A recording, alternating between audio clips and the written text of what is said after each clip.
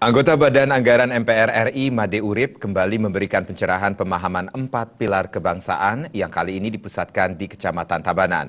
Sosialisasi 4 pilar kebangsaan tersebut diikuti 25 seketrune dan truni dari 6 desa sekecamatan Tabanan yang dihadiri perbekal dan petugas partai di Tabanan.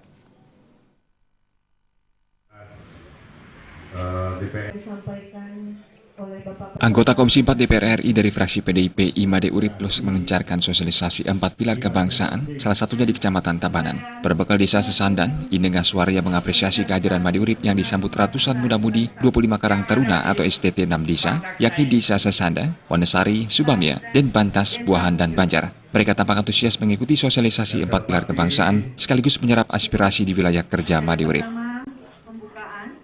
Pak Made Urip selaku anggota Dewan RI yang sudah luar biasa memberikan partisipasi, memberikan dorongan di segala bidang berkaitan dengan pertanian, yang juga sudah memperjuangkan dan menyerap juga aspirasi masyarakat kami untuk memajukan khususnya di bidang pertanian, dan juga yang lainnya sebagai pembinaan kepada generasi muda di bidang 4 pilar kebangsaan yang sudah sering dilontarkan. Sementara Ketua Seketruna-Truni Tunas Dharma Banjar Bank Bendesa, Gusti Ayu Irayanti menilai sosialisasi 4 pilar kebangsaan yang mengundang Made Urip sangat tepat bagi generasi muda. Materi ini bisa mengajak kaula muda mengetahui lebih dalam dan memahami 4 pilar kebangsaan ke depan. Dengan materi ini yang diberikan oleh beliau, bisa mengayomi dan mengajak para generasi muda untuk mengetahui lebih dalam khususnya dan dapat kedepannya mengamalkan 4 pilar kebangsaan yang disebutkan tadi.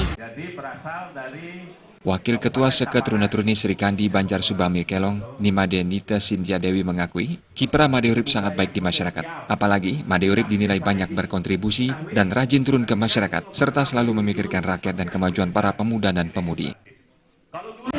Kalau menurut saya lebih seringlah mengadakan sosialisasi seperti ini karena mungkin banyak juga saya dengar di zaman seperti ini banyak pemuda-pemuda yang mungkin menyalahgunakan era yang ada. Jadi kalau semakin sering diadakan sosialisasi seperti ini mungkin itu lebih menyadarkan mereka.